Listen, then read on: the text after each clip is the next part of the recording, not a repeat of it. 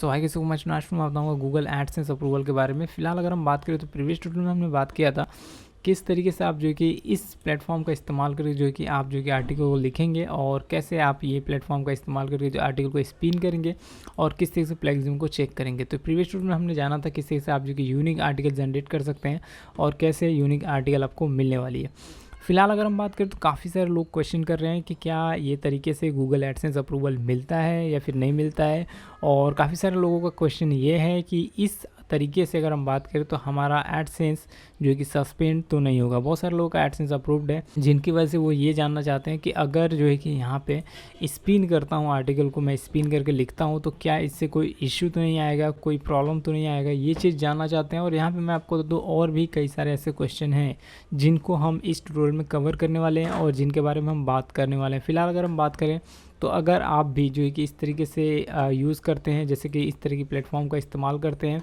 या फिर दूसरों के आर्टिकल कॉपी करते हैं और उनका इस्तेमाल करते हैं अपनी ब्लॉग या वेबसाइट में, या फिर उनको यूनिक बनाते हैं, यूनिक बनाने के बाद उनका यूज़ करते हैं अपनी जो है कि वेबसाइट में, तो ये क्या सही तरीका है और क्या इससे जो कि अगर हम बात करें एडसेंस अप्रूवल मिलता भी है या फिर नहीं मिलता है। बहुत सारे लोग बोलते हैं कि एडसेंस अप्रूवल मिलता है, बहुत सारे लोग बोलते हैं नहीं मिलता है। लेकिन यहाँ पे मैं आपको क्लियर कर देना चाहता हूँ कि आप अगर आपकी आर्टिकल यहाँ पे 90% यूनिक है, जैसे कि यहाँ पे प्लेगरिज्म जब हम चेक करते हैं आप सभी को पता होगा, तो यहाँ पे अगर 90% यूनिक दिखा रहा है तो आपको 100% गूगल एडसेंस अप्रूवल मिलेगा। आपको कोई भी यहाँ पे डाउट नहीं करना है। देखिए आर्टिकल हिंदी में हो, इंग्लिश में हो, किसी भी लैंग्वेज में हो, अगर यहाँ पे 90% यूनिक दिखा रहा है तो आपको आंख बंद करके उसके ऊपर काम करना है, कोई टेंशन लेने की ज़रूरत नहीं है, क्योंकि मैंने काफ़ी सारे एडसेंस अप्रूवल करा चुका हूँ। तो यहाँ पे अगर 90% यूनिक है, 90% के ऊपर है, तो यहाँ पे आपको यहाँ पे एडसेंस अप्रूवल मिल जाता है।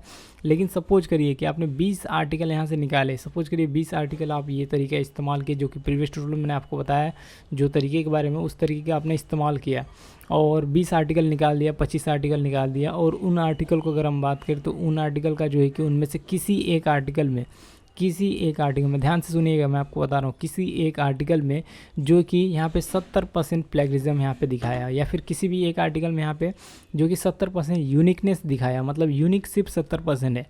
अब यहाँ पे मैं आपको बता दूँ उसी एक आर्टिकल की वजह से आपको गूगल एडसेंस अप्रूवल नहीं मिलेगा। अब आप पूछेंगे क्यों इतनी सारी आर्टिकल मैंने डाल दिया और एक आर्टिकल की वजह से क्यों नहीं मिलेगा? क्योंकि गूगल एडसेंस का जो पॉलिसी है उसमें अगर एक भी प्रॉब्लम आती है, कुछ भी थोड़ा सा भी अगर हम बात करें मिस्टेक आप करते हैं तो वो कैच कर लेते हैं, उसको डिटेक्ट कर लेते हैं और आसानी से अगर हम बात करें तो उसके ऊपर एक्शन ले लेते हैं। तो यहाँ पर आपको ये सारी चीज़ें नहीं करनी है, अदरवाइज जो कि पॉलिसी वायोलेशन का आपको एरर आएगा। तो अगर आप यूनिक निकाल ही रहे हैं तो आप 100% यूनिक निकालने की कोशिश करें या फिर 90% यूनिक निकालने की कोशिश करें।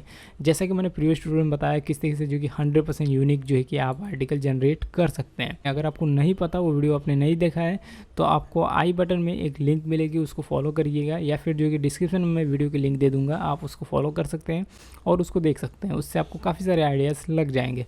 यहाँ पर अगर हम बात करें तो काफ़ी सारे लोग ये क्वेश्चन कर रहे हैं कि गूगल एडसेंस अप्रूवल लेने के बाद जो है कि हमें इन तरीक़ों को अगर हम फॉलो करते रहते हैं तो क्या कोई इशू आएगा या आर्टिकल रैंक करेगी या नहीं करेगी? तो यहाँ पे मैं आपको बता दूँ, देखिए आर्टिकल तो आपकी 100% जो है कि रैंक नहीं करेगी। ज़्यादा चांसेस ये रहेगा कि आपके आर्टिकल रैंक ना करे। अब ये क्यों होता है मैं आपको बता दूँ। देखिए आर्टिकल जो है कि सम केस में ऐसा होता है कि रैंक करेगी भी और सम केस में होता है कि नहीं भी करेगी।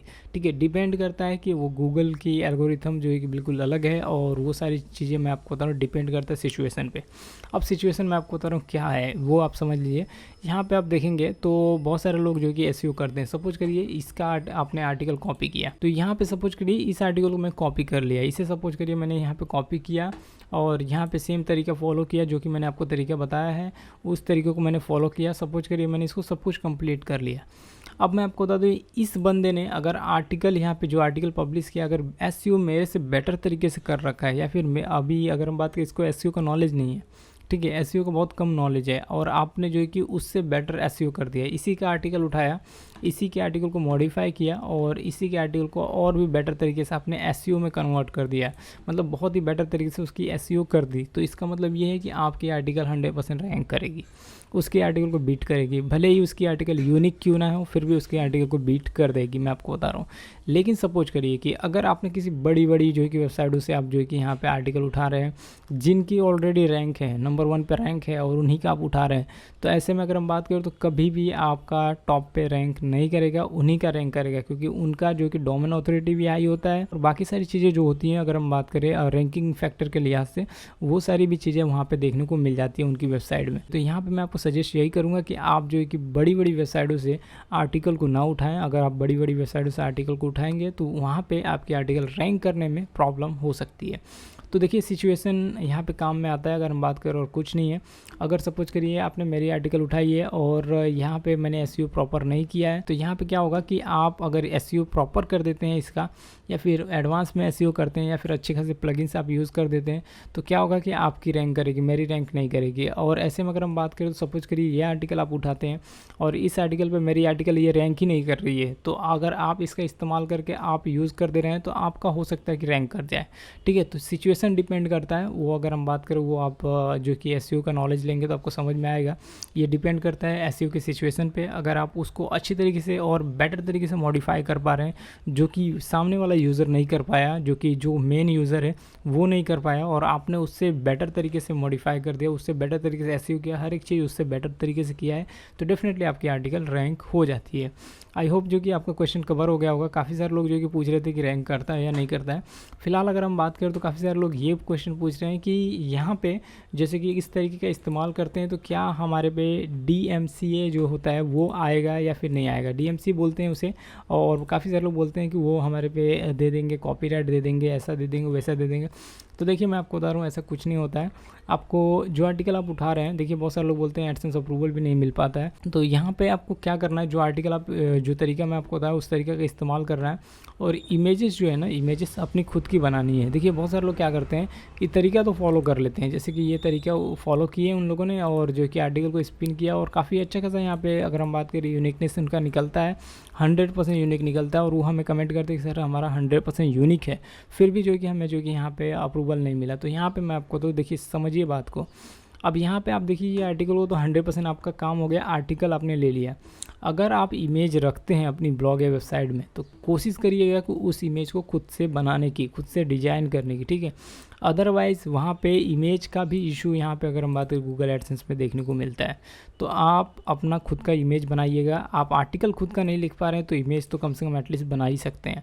अगर वो भी नहीं कर पा रहे हैं तो एक वीडियो मैं लेके आऊँगा, उसमें मैं आपको बताऊँगा किससे से जो कि आप यूनिक इमेज जनरेट करेंगे, ठीक है। वो भी बहुत तरीका है अगर हम बात करें उसका जनरेट करने का, लेकिन वो सारे तरीके मैं आपको नहीं चाहूँगा कि आप उसको फॉलो करें। वो जो कि शॉर्टकट है, अगर आप चाहें तो उसका इस्तेमाल कर सकते हैं। फ़िलहाल अगर हम बात करें तो आप खुद से बनाएं तो आपको बेटर होगा, क्योंकि आपको कंटेंट तो मिल जा रहे हैं और सिर्फ इमेज की बात है तो इमेज भी आप जो कि खुद से बना सकते हैं ईजी तरीके से। बहुत ही कम समय में 20 इमेज बनाया जा सकता है। तो जैसे 20-25 आप बना लेंगे उसके बाद जो गूगल एडसेंस अप्रूवल के लिए अप्लाई कर सकते हैं और इंस्टेंटली आपको गूगल एडसेंस अप्रूवल मिल जाएगा।